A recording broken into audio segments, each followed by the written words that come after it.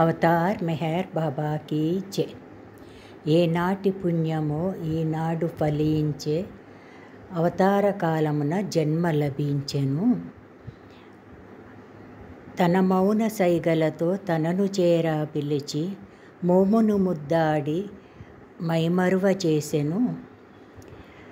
ప్రేమాబ్దినై నేను పరితపించుచునుండ, తన దివ్య ప్రేమను తనకు తానుగా వసగెను అని ఒక ప్రేమికుడు అనడం జరిగింది. ఎంత గొప్ప అనుభూతో, ఎంత గొప్ప భావనో కదా అది. అయితే మరి ఏనాటి పుణ్యం వల్ల వాళ్ళు బాబా పరిధిలోకి వస్తారో మనం లార్డ్ మెహర్ చదువుతుంటే మనకు చాలా ఆశ్చర్యంగా అనిపిస్తుంటుంది. బాబా ఫోటో చూసో, బాబా గురించి వినడం సంభవించో, స్నేహితుల ద్వారా కానీ తెలిసిన వాళ్ళ ద్వారా కానీ సంభవించో, బాబాని చూడాలని, ఆయన సహవాస భాగ్యాన్ని పొందాలని తపనతో ఎన్నో వ్యయ ప్రయాసలు కూర్చి వారు బాబా సన్నిధి చేరి బాబా ప్రేమను పొంది, బాబా విసిరిన ప్రేమ వలలో చిక్కుకొని బాబా కార్యనిర్వహణకు, తన విశ్వకార్యానికి పాలు పంచుకునేటువంటి భాగ్యాన్ని కలిగిన వారు ఎందరో ఉన్నారనే సంగతి మనకి ప్రభు చరిత్ర చదువుతుంటే మనకి తెలుస్తూ ఉంటుంది. అయితే ఇక్కడ అట్లాగే ఎన్ని జన్మల పుణ్యమో మరి ఫలించి బాబా సన్నిధికి చేరినటువంటి అమెరికాలోని ఫ్లోరిడా ప్రాంతంలో మియామి బీచ్కి చెందినటువంటి ఇర్విన్ లక్, ఆయనకి అప్పటికి 22 సంవత్సరాలు, అతని సోదరుడైన ఎడ్వర్డ్ విధంగా బాబాని సాన్నిధ్యాన్ని పొందడం జరిగింది. అయితే బాబా వీళ్ళని ఏమని సంబోధించారంటే డివైన్ ఈడియట్స్ అని అనడం జరిగింది. బాబాని వీళ్ళు ఏ విధంగా తెలుసుకున్నారు, ఎట్లా ప్రయాణం చేసి బాబా సన్నిధికి వచ్చారు, బాబాతో ఎటువంటి అనుభూతులు పొందారు, అలాగే ఏ సందర్భంలో బాబా ఈ ఇద్దరు సోదరుల్ని కూడా డివైన్ ఈడియట్స్ అన్నారు అనే సంగతి మనం ప్రభు చరిత్ర ఆధారంగా మనం ఇప్పుడు ముచ్చటించుకుందాం. అయితే ఈ ఇద్దరు సోదరులు ఇర్విన్ లక్ 22 సంవత్సరాలు, ఆయన సోదరుడు ఎడ్వర్డ్ అని చెప్పుకున్నాం కదా. వారు ఒక సంవత్సరం ముందుగా బాబాను గురించి విన్నారంట. ఎట్లా ఈ ఇర్విన్ లక్ తన సోదరుడైన ఎడ్వర్డ్ ద్వారా బాబాని సంగతి విన్నాడు. ఆ ఎడ్వర్డ్ ఎట్లా విన్నారు? ఆ ఎడ్వర్డ్ న్యూయార్క్ పబ్లిక్ లైబ్రరీలో ఉండగా అనుకోకుండా లిజన్ హ్యుమానిటీ అంటే మానవాళికి సందేశం అనే పుస్తకం చూడడం తటస్థించింది. వెంటనే ఎడ్వర్డ్ ఏం చేశాడు, తన సోదరుడైన ఇర్విన్ లక్కి ఫోన్ చేసి, నేను ఇప్పుడే భారతదేశానికి చెందిన ఆధ్యాత్మిక గురువు గురించి ఒక పుస్తకం చదివాను, ఆ గురువు గురించి నువ్వు కూడా తప్పకుండా తెలుసుకోవాలనుకుంటున్నానని అతను ఫోన్ ద్వారా చెప్పడం జరిగింది. అయితే ఇర్విన్ అప్పటికే భగవంతుని పట్ల ఆసక్తి కలిగి ఉన్న కారణంగా ఆ భగవంతుడే తనను ఆంతరంగికంగా నడిపిస్తున్నాడనే భావంతో ఉన్నాడు. ఏంటి, 22 సంవత్సరాల అబ్బాయి. అతడు న్యూయార్క్ వెళ్ళి లిజన్ హ్యుమానిటీ అనే గ్రంథం చదివి బాబా ప్రేమకు వశుడయ్యాడు. అతను తాను సర్వోన్నతుడనని ఆయన చేసిన ప్రకటన అతనిని ఆకట్టుకుందట. ఇర్విన్, ఎడ్వర్డ్లు ఇద్దరూ కూడా బాబాను కలుసుకోవాలని, బాబా నిజంగా ఎవరో తెలుసుకోవాలని వాళ్ళు నిర్ణయించుకున్నారు. ఇర్విన్ లక్ 1959 సంవత్సరం చివరిలో బాబా ప్రేమికులు ఫ్రెడ్ను, ఎల్లా ఫింటర్ఫీల్డ్ను సంప్రదించారు. వారి అపార్ట్మెంట్లోనికి ప్రవేశించగానే ఇర్విన్ లక్కి ఏమైంది, అతడు నమ్మశక్యం కాని ఆనందాన్ని అనుభూతి చెందాడంట. అతను వారి ఇంట్లో బాబా హాజరు చాలా తీవ్రంగా ఉందట. అతడు బాబాకు ఉత్తరం రాశాడు వెంటనే. అందులో తన వద్ద చాలినంత ధనం లేకపోయినప్పటికీ కూడా బాబాను కలుసుకునేందుకు ఇండియా రావాలనుకుంటున్నానని తెలియజేశాడు. 2 వారాల తర్వాత ఏమైంది, బాబా నుండి సమాధానం వచ్చింది. ఏమని, నువ్వు ఇండియా వచ్చి 1 గంట సమయం మాత్రమే నన్ను కలుసుకోవచ్చు అని ఉంది ఆ అవతరంలో. అయితే అతడు బొంబాయిలో విమానం దిగగానే నారీమన్ దాదాచాంద్ని సంప్రదించమని కూడా బాబా అందులో ముచ్చటిచ్చారు. అయితే 6 నెలలు ఇట్లా గడిచిపోయాయి. ఇర్విన్ ఎంత కష్టపడినా కూడా విమాన ప్రయాణానికి సరిపడా ధనం కూడబెట్టలేకపోయాడు అతను. అతనికి బాబాకు మధ్య ఉత్తర ప్రత్యుత్తరాలు కొనసాగుతూనే ఉన్నాయి. ఎడ్వర్డ్ని తీసుకురావడానికి బాబా అనుమతి ఇచ్చారు. అతని సోదరుడైన ఎడ్వర్డ్ని కూడా తీసుకురావచ్చని బాబా అనుమతి లభించింది. అతడు కూడా బాబాను కలుసుకునేందుకు ఆసక్తి చూపిస్తున్నాడు కదా. 1960 ఏప్రిల్ 5వ తేదీన బాబా ఇర్విన్కు ఒక కేబుల్ పంపారు.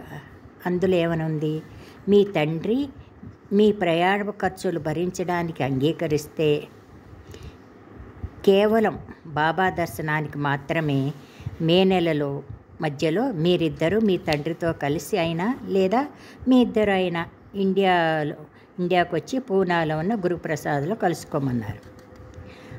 మరికొన్ని సూచనల కోసం పూణేలోని గురుప్రసాద్లో ఉంటున్న బాబాకు మీ నిర్ణయం కేబుల్ ద్వారా తెలపగలరని సందేశం పంపించారు. అయితే జూన్ 10వ తేదీ నుండి బాబా దర్శనం నిలిపివేయడం గురించి, తర్వాత సంవత్సరాంత వరకు బాబా సంపూర్ణ ఏకాంతవాసలో ఉండబోతున్నారనే విషయం గురించి కూడా మే 7వ తేదీన విడుదల చేసిన బాబా సర్కిల్లోని విషయాన్ని మణి వ్రాసి పంపిన ఫ్యామిలీ లెటర్స్ని ఈ ఇర్విన్ అతను చదవడం తటస్థించింది. అయితే అప్పటికే 1960 సంవత్సరం మే నెల సగం రోజులు గడిచిపోయాయి. ఇది చదివిన ఇర్విన్ తనకు అందిన అవకాశం చేజారిపోతుందో అని కూడా బాగా నిరాశ చెందాడు.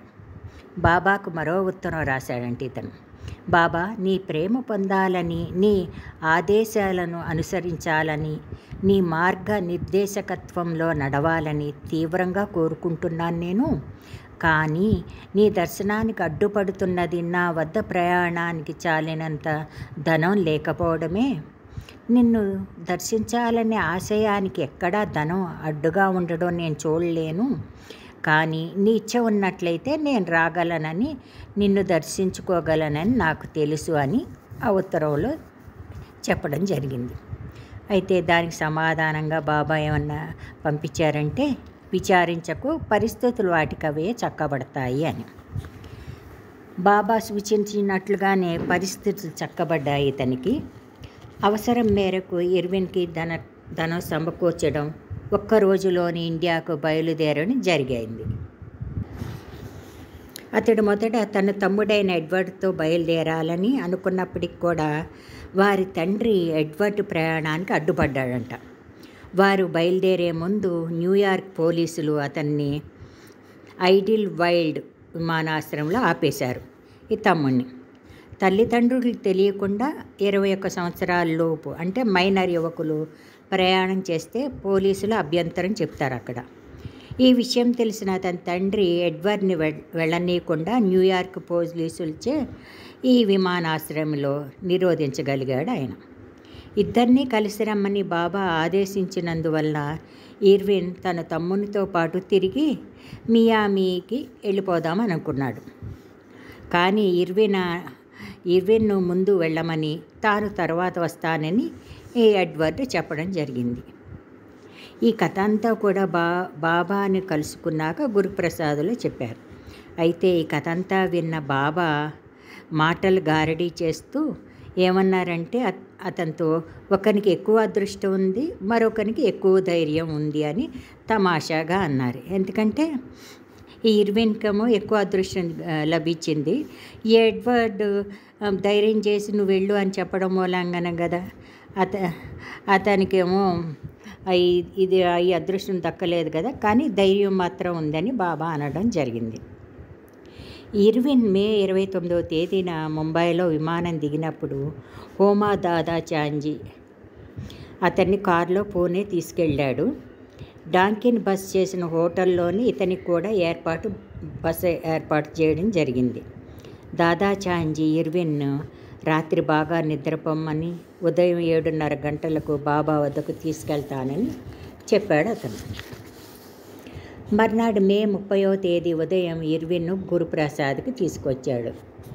గురుప్రసాద్ ఆవరణలో కారు ముందుకు వెళుతుండగా ఒక గది గుమ్మంలో బాబా నిలబడి ఇర్విన్ను తన వద్దకు రమ్మని సైగ చేశారు బాబా. కారులో ఉన్న ఒకరు బాబా నిన్ను పిలుస్తున్నారని ఇర్విన్తో చెప్పారు. ఇర్విన్ కారు దిగి లోపలికి వెళ్ళాడు. బాబా కొరకు ఒక పెద్ద పూలదండ కొనమని మెహర్జీ ఇర్విన్కు సలహా ఇచ్చారంట. ఇర్విన్ మనసులో పూలదండ ఎందుకు కొనడం, నేనే బాబాకు పూలదండగా ఉంటాను అని ఇతను అనుకున్నాడు. అయినా ఒక పూలదండ కొని తీసుకొచ్చి ఇప్పుడు దాన్ని బాబా మెడలో వేశాడు అతను. బాబా వెంటనే ఆ పూలదండను తీసివేసి ఇర్విన్ను తన చేతుల్లోకి తీసుకొని పట్టుకున్నారంట. గట్టిగా ఆలింగనం చేసుకుని అతన్ని 2 చెక్కిళ్లపై ముద్దు పెట్టి అతనిని తనకు దగ్గరగా కూర్చోబెట్టుకున్నారు బాబా. ఇర్విన్ లక్ బాబాతో తన తొలి సమావేశం గురించి తర్వాత రోజుల్లో ఇలా గుర్తు చేసుకున్నాడు అతను. సాధారణంగా నేను ఊరికే బెదిరిపోయేవాడిని కాను, కానీ బాబాను కలుసుకునేందుకు తలుపు వరకు వెళ్ళగానే నాలో కొంచెం వణుకు ప్రారంభమైంది. నేను లోపలికి తొంగి చూశాను. బాబా నన్ను గుర్తుపట్టారు. లోపలికి రమ్మని పిలిచి ఆలింగనమిచ్చారు. ఎంతో ప్రేమను కురిపించారు. బాబా నన్ను లోపలికి ఆహ్వానించిన తీరు నేనెప్పటికీ మర్చిపోలేని ముద్ర వేసింది. ఆయనను చూస్తుంటే ఒక చిన్న కుక్క పిల్లతో ఉన్న వ్యక్తి నాకు గుర్తుకు వచ్చాడు. ఆయన నాకు చాలా మంచి అనుభూతిని కలిగించారు. అది ఎన్నటికీ మరువలేంది.